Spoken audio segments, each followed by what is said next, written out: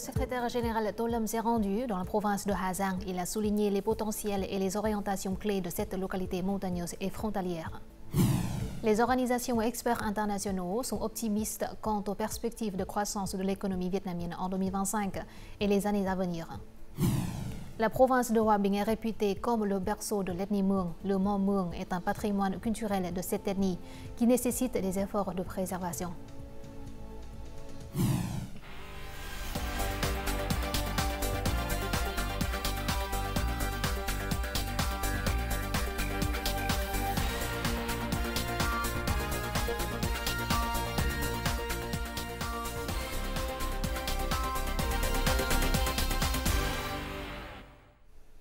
Mesdames et messieurs, bonjour, bienvenue au journal francophone. Voici tout de suite les actualités du jour. Ce jeudi matin, le secrétaire général Tollam s'est rendu dans la province montagneuse de Ha Giang, à l'extrême nord du pays.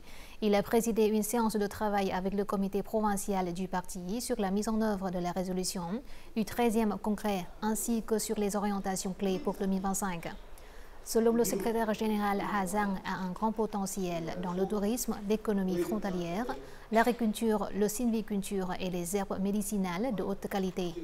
Il a suggéré que cette localité isolée se concentre à développer les infrastructures de transport et les portes frontalières, mais aussi les services logistiques, l'économie numérique et le commerce électronique.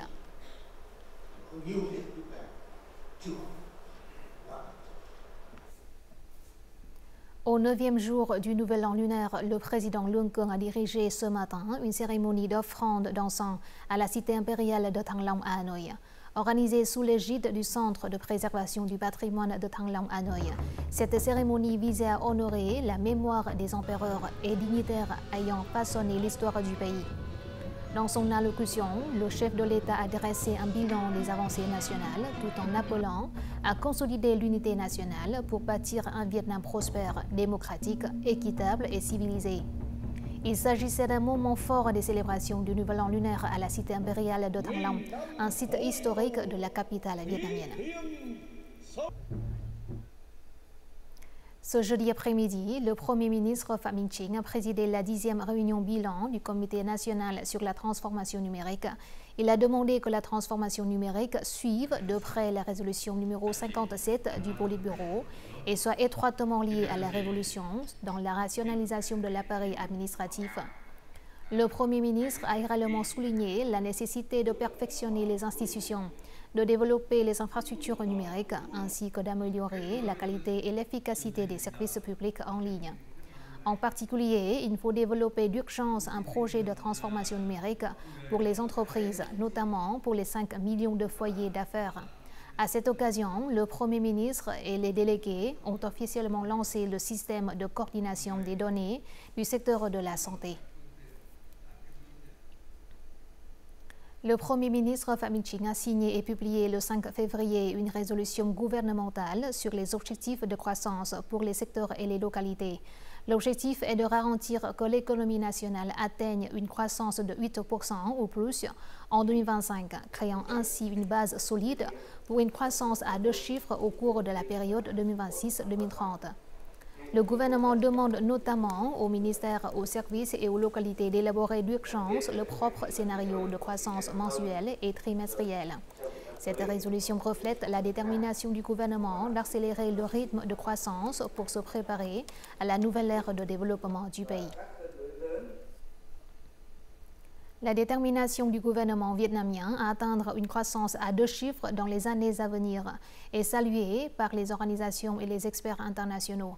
Selon eux, malgré les incertitudes imprévisibles de l'économie mondiale, les perspectives de croissance économique du Vietnam en 2025 continueront d'être positives grâce aux réformes institutionnelles et d'infrastructures. Tout de suite, les détails. Bloomberg et The Business Times ont publié simultanément des articles sur l'objectif ambitieux de croissance économique du Vietnam pour 2025. Selon l'article, le Premier ministre Phạm Minh Chính a demandé au ministère du Plan et de l'Investissement, aux ministères et aux localités de se concentrer immédiatement sur l'élaboration de scénarios pour viser une croissance économique à 2 chiffres en 2025.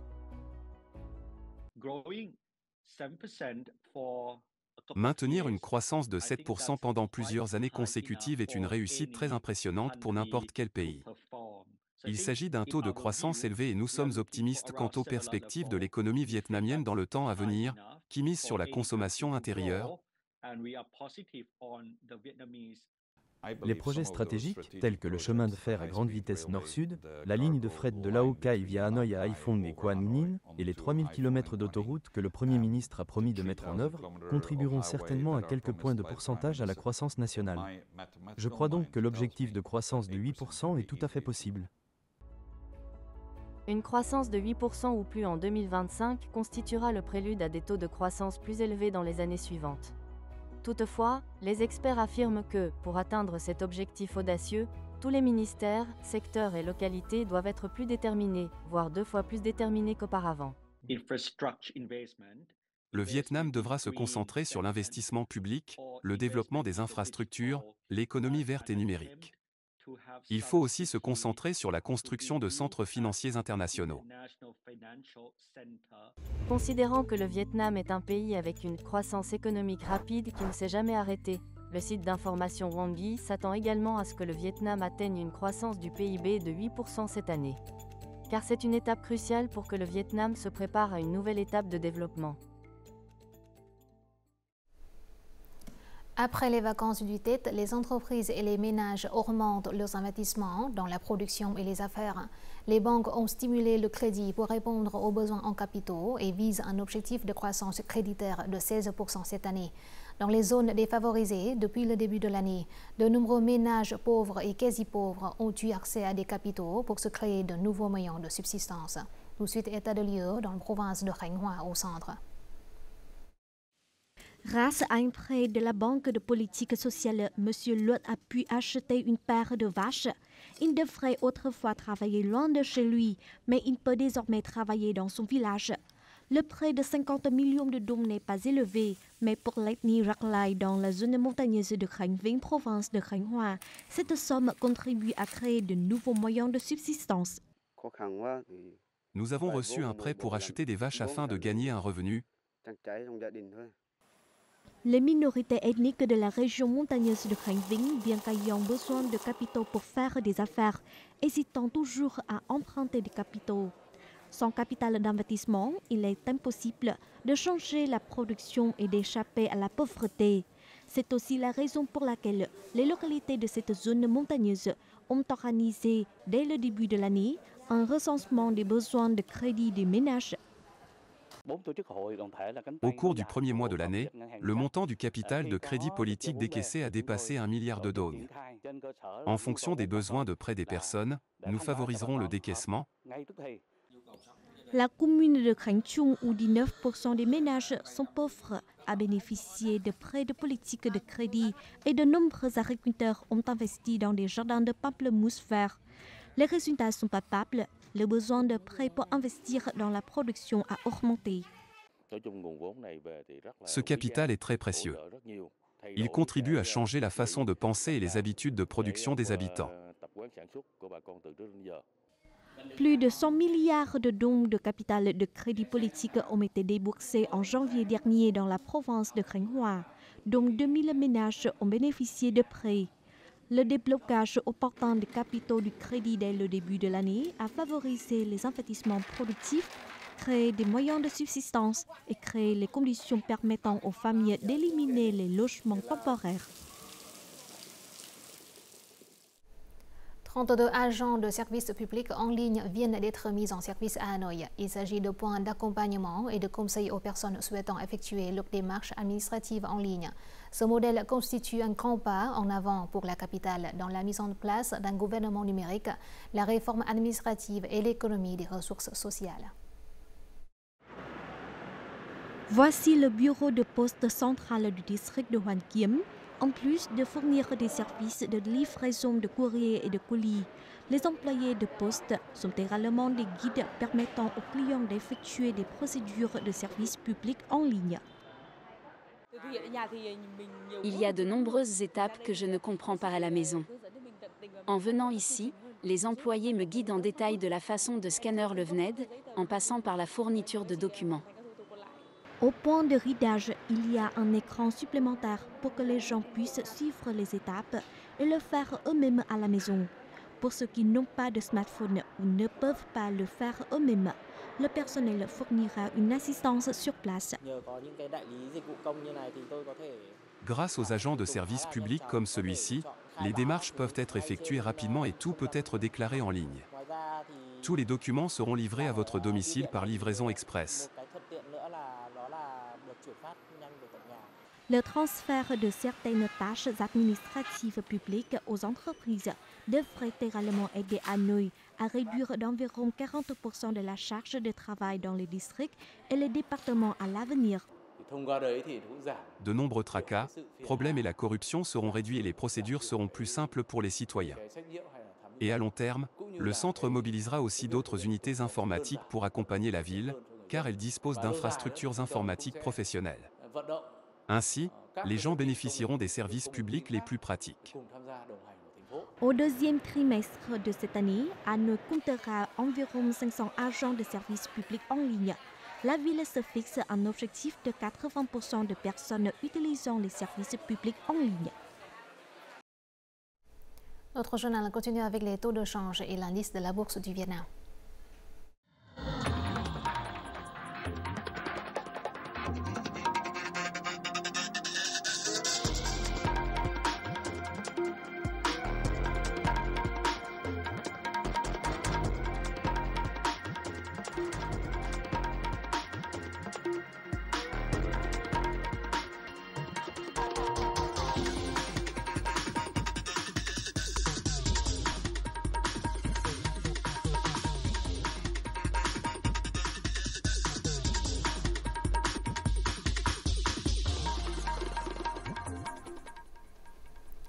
La demande de recrutement dans le domaine de l'intelligence artificielle au Vietnam va augmenter cette année. Selon une enquête du groupe Navicos, les postes de plus recherchés sont entre autres les programmeurs d'intelligence artificielle, les ingénieurs de données, les chefs de produits et les testeurs qualité. Il convient de noter que les salaires du personnel de l'intelligence artificielle sont de 20 à 50% plus élevés que dans d'autres secteurs informatiques, ce qui reflète la rareté de ressources humaines qualifiées dans ce domaine. Selon une enquête, plus de 80% des entreprises informatiques au Vietnam ont utilisé l'intelligence artificielle pour leur opération et près de 60% utilisent l'intelligence artificielle quotidiennement. Dans la province de Phu Tho, les communautés vivant à proximité des forêts s'assurent des moyens de subsistance stables grâce aux activités économiques liées à la forêt. En plus de gagner de l'argent pour les services environnementaux, elles ont également développé les sources de revenus qui leur permettent de subvenir à leurs besoins quotidiens tout en renforçant leurs engagements envers la protection de la forêt. La famille de femmes possède 30 hectares d'acacias prêts à être récoltés. Plutôt que de les exploiter immédiatement, ils ont choisi de prolonger le cycle de croissance après avoir pris conscience des mesures incitatives de la province pour la transition vers des grandes forêts de bois d'œuvre. Sa famille reçoit 12 millions de dong par hectare pour cette transition. La récolte après un cycle de 8 ans rapporterait environ 250 millions de dong par hectare. Mais prolonger le cycle de 3 ans et éclaircir la forêt permettrait de doubler les revenus. Les exploitants forestiers qui opèrent sur un cycle économique court de 4 à 5 ans gagnent généralement entre 10 et 15 millions de dong par hectare et par an. Des semis de haute qualité et passent à de grandes forêts de bois peuvent augmenter leurs bénéfices jusqu'à 25 millions de dong par hectare. Outre la production de bois, la culture de plantes médicinales est devenue une autre activité rentable. La famille de Sun qui vivait auparavant dans la pauvreté avait du mal à investir dans la production agricole. Avec le soutien des autorités locales et un prêt de la Banque de politique sociale, ils ont commencé à cultiver des herbes médicinales. Ils entretiennent désormais une plantation florissante de près de 5000 plantes de ginseng ngọc linh, âgées de 4 à 10 ans. Le prêt bancaire nous a aidés à investir dans la culture du ginseng, ce qui a permis à notre famille d'atteindre la stabilité financière. Le district va continuer à développer la culture locale du ginseng en collaboration avec des entreprises, des coopératives et des investisseurs. Le district attire activement des entreprises pour investir dans les fermes de ginseng de Ngok et construire des installations de transformation afin d'améliorer la valeur des produits à base de ginseng. Les forêts de plantation du Vietnam fournissent actuellement environ 30 millions de mètres cubes de bois brut par an, générant en moyenne 17 milliards de dollars d'exportation de bois et de produits en bois. De plus, les revenus des produits forestiers non ligneux et de l'écotourisme continuent de croître, améliorant simultanément les moyens de subsistance des communautés dépendantes de la forêt et favorisant la conservation durable des forêts. Sur des îles éloignées, les écoles ne sont pas seulement des lieux de transmission de connaissances, mais également des lieux de promotion du patriotisme chez la jeune génération. Malgré les difficultés géographiques et le manque des équipements, les enfants des îles s'efforcent toujours de poursuivre leurs études et c'est grâce au dévouement des enseignants d'ici que leurs rêves peuvent s'accomplir. Se rendre en classe, Thảo Nguyên et ses amis doivent monter chaque jour 375 marches.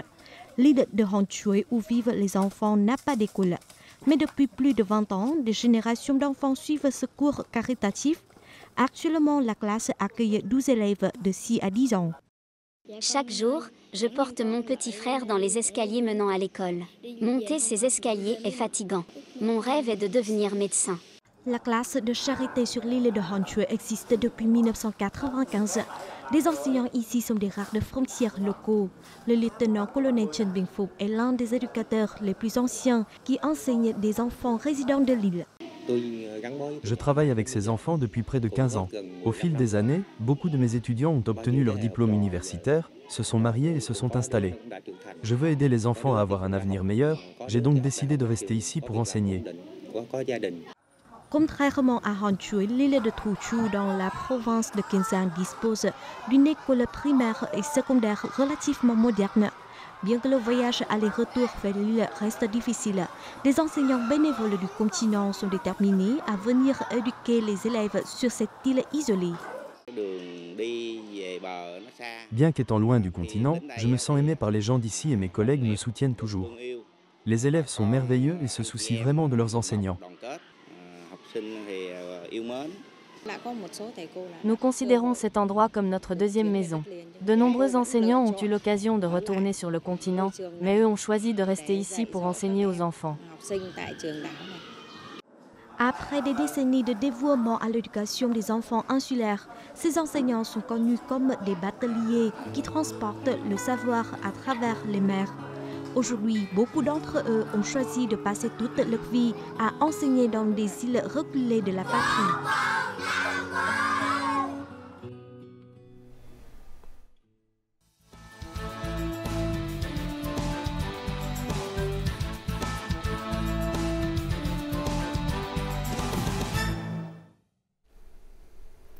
La province de Hoa Binh, à environ 70 km au sud-ouest de Hanoï, est connue comme le pays de l'ethnie minoritaire Muong.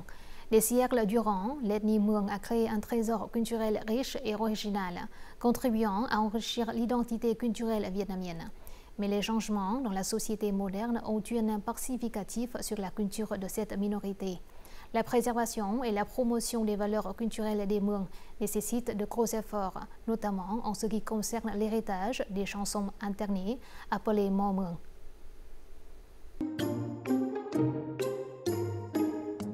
La province de Hoa Binh est réputée comme le berceau de l'ethnie Muong, avec ses 4 zones peuplées de Muong, dont Muong Bi, Muong Vang, Muong Thang et Muong Dong. Les habitants de l'ethnie Muong sont indigènes, vivent depuis des siècles à Hoa Binh et leurs us et coutumes ont été bien conservés au fil des siècles. Dans les villages, les générations de Muong se transmettent les épopées et les chansons internées racontant l'origine du peuple Muong, son histoire, sa terre et ses coutumes.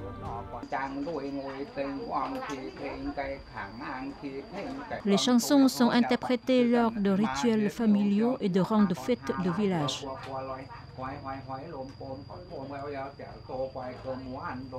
Aujourd'hui, le chaman Bùi Văn Minh effectue un rituel important dans le cycle de vie d'une personne âgée. Dans la croyance des Muong, un arbre banyan symbolise le destin de chaque personne. Lors de ce rituel, le gendre et la belle-fille de la personne âgée tirent le banyan qui est sur le point de tomber. C'est ainsi qu'on prie pour la bonne santé et la longévité de la personne. En plus de la cérémonie de tirer le banyan, le chaman est toujours présent lors des occasions importantes de chaque famille Muong, qu'il s'agisse de la cérémonie de Quint pour un nouveau-né, pour une nouvelle maison ou pour une funéraille. La présence d'un chaman devient un soutien spirituel pour chaque famille de l'ethnie Muong. En fonction de différentes occasions, les mots Muong peuvent être chantés pendant plusieurs heures ou plusieurs jours. Le contenu des chants varie aussi. Rien que pour les cérémonies funéraires, il y a un long poème chanté comprenant de nombreux épisodes qui expliquent l'origine de la terre et de l'eau, racontent l'histoire de l'origine du peuple Muong et décrivent la beauté du pays des Muong.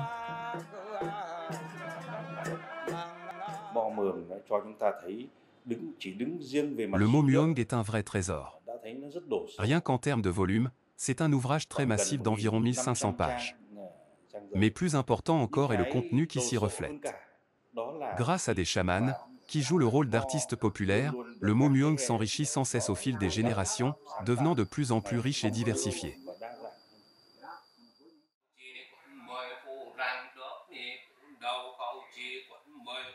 Actuellement, la province de Hòa Bình compte environ 400 chamans qui pratiquent des rituels pour environ 600 000 personnes issues de l'ethnie Muong. Les autorités provinciales ont fait des efforts pour encourager la préservation des valeurs du Mont Muong dans la vie spirituelle de cette minorité ethnique. En 2020, le Mont Muong de Hòa Bình a été reconnu comme patrimoine culturel immatériel national.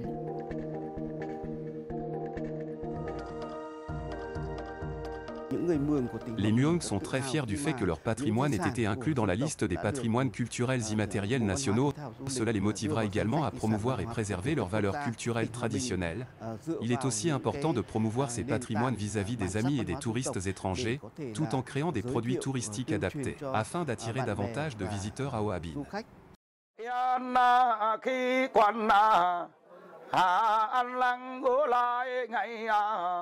Actuellement, les autorités de Hòa Bình ont finalisé le dossier en vue d'obtenir la reconnaissance de l'UNESCO du Mont Muong comme patrimoine culturel immatériel nécessitant une protection urgente. De nombreuses politiques et travaux de conservation ont été mis en œuvre. Un espace culturel dédié au Mont Muong a été ouvert dans le district de Cao Phong. Le titre d'artiste d'émérite et d'artiste du peuple a été attribué à 25 chamans, en plus de la création du club de Mont Muong dans les villages pour transmettre ce trésor culturel aux jeunes générations. Découvrons tout de suite les prévisions météo dans les principales villes du Vietnam.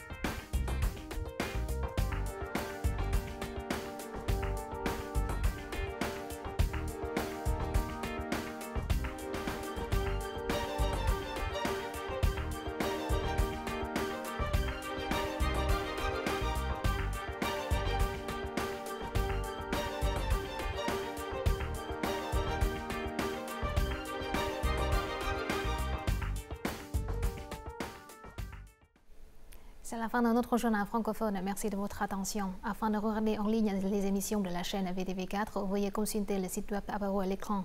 Vous pouvez aussi télécharger l'application VTV Go sur App Store ou Google Play. Au revoir et à très bientôt.